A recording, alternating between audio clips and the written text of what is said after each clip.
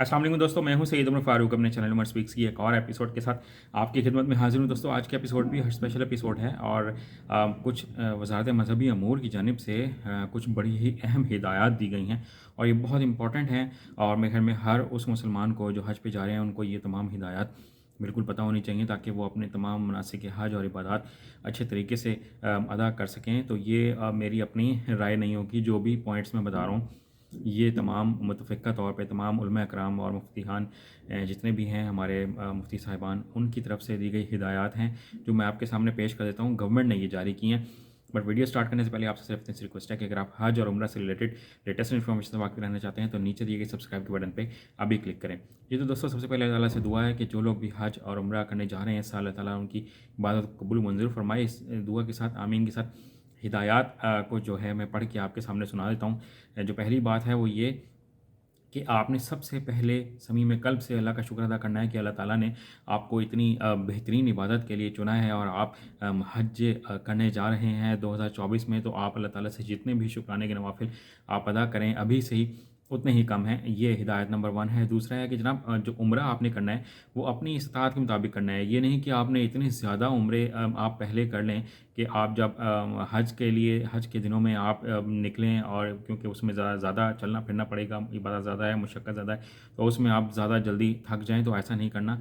आपने हज से पहले जितनी भी उम्रा करने हैं और नवाफिल इबादत करनी है वो इस तरह से मैनेज करनी है कि आप बहुत ज़्यादा थकावट का शिकार ना हों। जो थर्ड पॉइंट है कि हमारा हज की असल हमारा फ़र्ज़ जो है वो हज है। कोशिश कीजिए कि नफली इबादत की वजह से इतनी थकावट ना हो। ये मैंने अभी आपके सामने बात बता दी।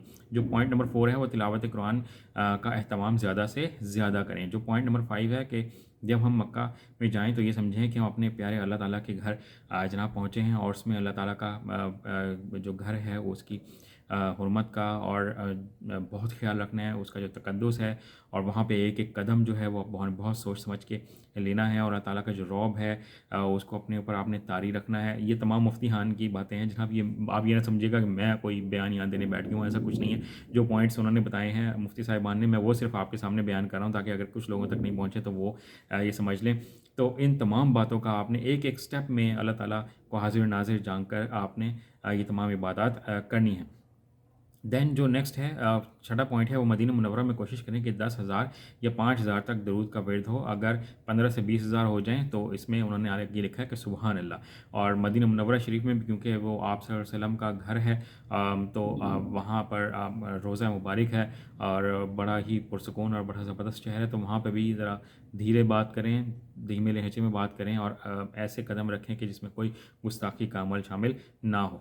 जो सातवां पॉइंट है और अरफ़ा सुबहान अल्लाह बड़ी इबादत है। रिवायत में आता है कि हज अरफ़ा हज तो अरफ़ा का नाम है। तो इसमें आपने ज़्यादा से ज़्यादा ख्याल रखना है कि जब ये आप इबादत शुरू करें तो बहुत ही दिल लगी के साथ और खुशू व खुशू के साथ और अल्लाह ताला को हाज़िर नाज़िर जानकर बिल्कुल अपने पूरे दिल के साथ आपने इबादत करनी है, बजाय इसके कि हम जल्दी जल्दी इबादत करके और छोड़ दें और फिर आपने बस वापस में बातों में लग जाएं और फिर वक्त का ज़िया करें। तो आपने ऐसा बिल्कुल भी कुछ नहीं करना।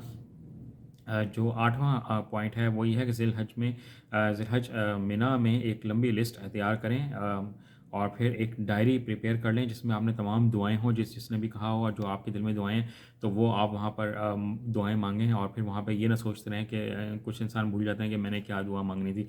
जो नेक्स्ट है वो दौरान तवाफ़ तीसरे और चौथे कलमे का अहतमाम करें।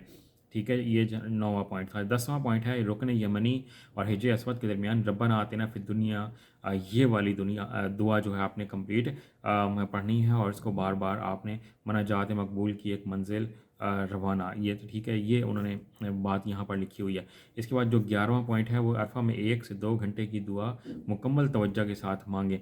जो 12वां पॉइंट है फिर वक़ूफ़ मुज़दलिफ़ा में भी यही कैफ़ियत हो। जो 13वां पॉइंट है हर अमल में कुर्बानी हालांकि तकसीर यानी कि इसमें जितने भी आपने करनी है आगे की इबादत उसमें भी आपने यही अपनी कैफियत अपने ऊपर तारी रखनी है। और हर अमल में कुरानी हलक तकसीर ये सब आशिकाना अंदाज में और खुश خوشی سے آپ نے یہ تمام فرائض جو ہیں اسے انجام دینے ہیں۔ جو 14واں پوائنٹ ہے، ہر عمل کے بعد ربنا تقبل منا انکا انت السمیع العلیم، یہ آپ نے پڑھنی ہے۔ اور جو 15واں پوائنٹ ہے کہ بہت بہت دعائیں کریں اور تمام لوگوں کو اپنی اپنی دعاؤں میں یاد رکھیں۔ یہ بہت لمبی لسٹ ہے اور بڑی ڈیٹیل میں لکھی ہوئی ہے، میں نے صرف چھوٹے چھوٹے الفاظ میں آپ کو نا کوشش کی ہے کہ ویڈیو بھی زیادہ لمبی نہ ہو، تو ان چیزوں کو آپ نوٹ ڈاؤن کر لیں۔